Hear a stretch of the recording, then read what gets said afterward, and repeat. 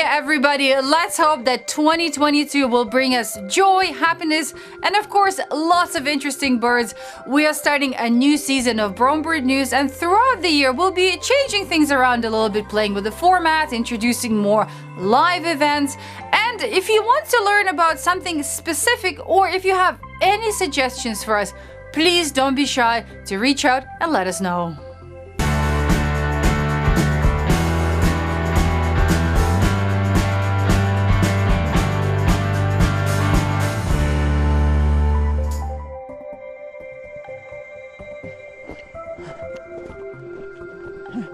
Welcome to my beautiful winter backyard. It's an absolutely gorgeous day, but we've had some crazy weather fluctuations here. So on the 1st of January, it was raining all day long. Then on the 2nd of January, the temperatures dropped and it snowed all day. And today is the 3rd of January and it's minus 21 Celsius. It's about minus 6 Fahrenheit. So not only have I been filling my feeders almost every day, but also I tend to check on my feeders more often during weather patterns like this, because as you can see, snow piles on the feeders, and then of course with all the humidity there's also ice in the feeders, so that can make the shrouds so much heavier that they can close access to seed. So you might notice birds not being able to come to your bird feeders and eat properly. So if you live in the same geographical areas as us with cold weather and lots of snow and ice, please make sure to shake all the ice and snow off your feeders. If you can't get rid of the ice, bring your feeders inside, let them thaw, and then pat them dry so there is no moisture when you bring the feeders back outside. And then if you live in southern areas where you might not have any snow or ice like we do here, if you use hulled sunflower seeds, please keep an eye on them, because when there's too much moisture, when there's too much humidity, they can absorb all of that and either spoil really fast or clog the feeders, and that will also prevent your birds from feeding properly at your bird feeders. So here's what I'm going to do. I'm just going to shake all the ice and all the snow off these feeders to make sure that birds can eat easily here. All right, there we go.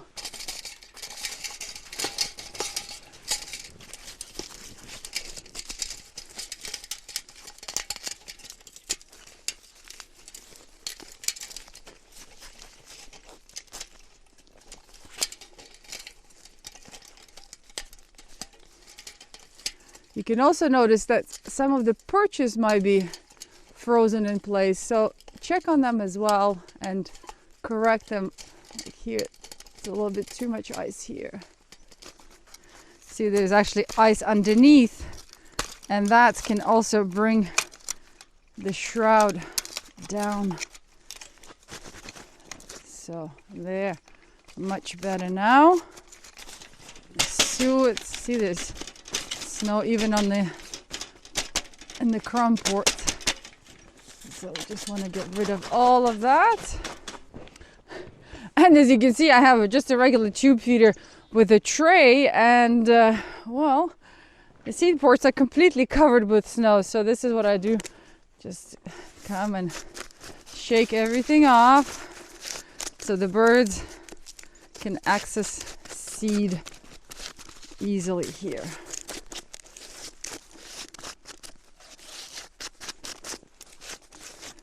There, much better.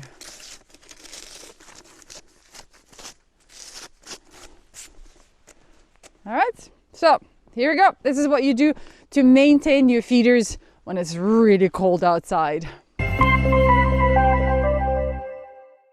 Thomas Kane, a primary school teacher, was asked by his students whether pigeons would eat earthworms or what their preferred food actually is.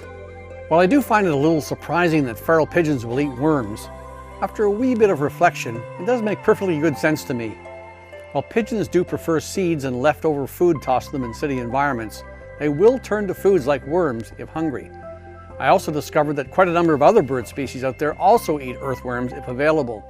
Two of those species are very close to my heart: American kestrels, the small falcons which I worked with throughout my entire research career for 40 years, and loggerhead shrikes, which I studied for 20 years. While worms are a good source of protein for those birds, and quite a number of others, it's likely that pigeons and similar birds will only turn to them when their preferred foods are not available. Urban-dwelling pigeons enjoy roughly the same diet of seeds and grain, small insects, and of course leftover food we throw to them, such as popcorn and breadcrumbs. They'll even consume confectionery like bits of chocolate. In a similar fashion, opportunistic wild pigeons will eat whatever comes across their paths, such as seeds, fruits, berries, vegetables, worms, ants, spiders, and small lizards. In the end, pigeons, no matter what environment they inhabit, will eat almost anything if they're hungry enough.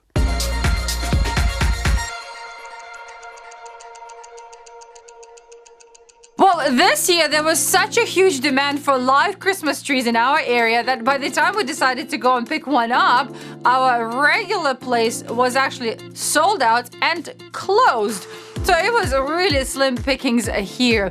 Anyway, if you still have your live Christmas tree and if you have room on your property, just a quick reminder to keep that tree somewhere in your backyard because it makes a wonderful habitat for all sorts of wildlife.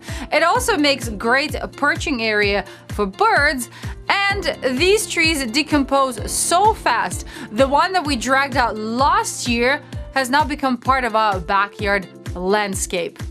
And one more thing on environment is if you live in an area like us with lots of snow and ice, and if you have to use de-ices, please consider looking for the ones that are pet and environment friendly, or if you can't find any, consider using sand or pine shavings instead.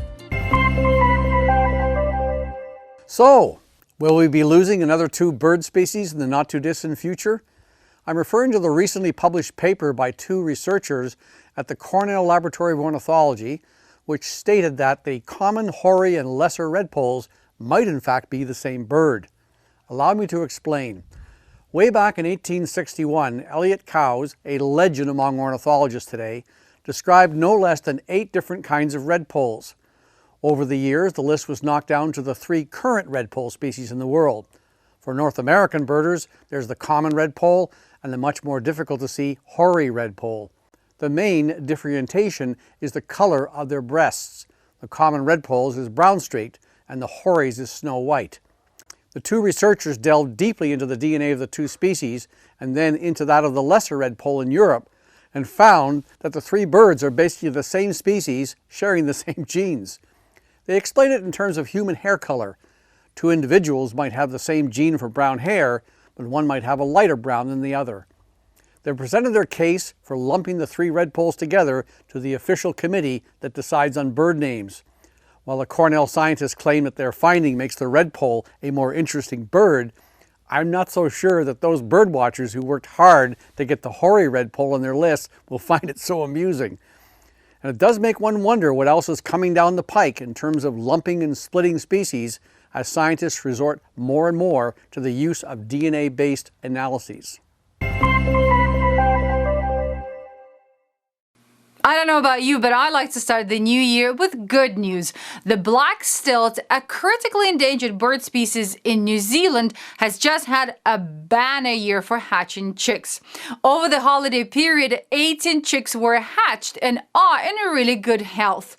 The chicks were born at the Department of Conservation's breeding facility, and they have to be hand-reared until they're 35 days old. Then they're transferred to a free-flight aviary and they stay there until they're 9 months old. And if everything goes well, they're then released into the wild. In the mid-80s, there were only about 20 black stilts left in the wild, but for the past few years, the Department of Conservation has been releasing about 170 birds a year. So their numbers are slowly but surely climbing to a healthier level. Right now, there are 29 eggs and 117 chicks awaiting to be released into the wild.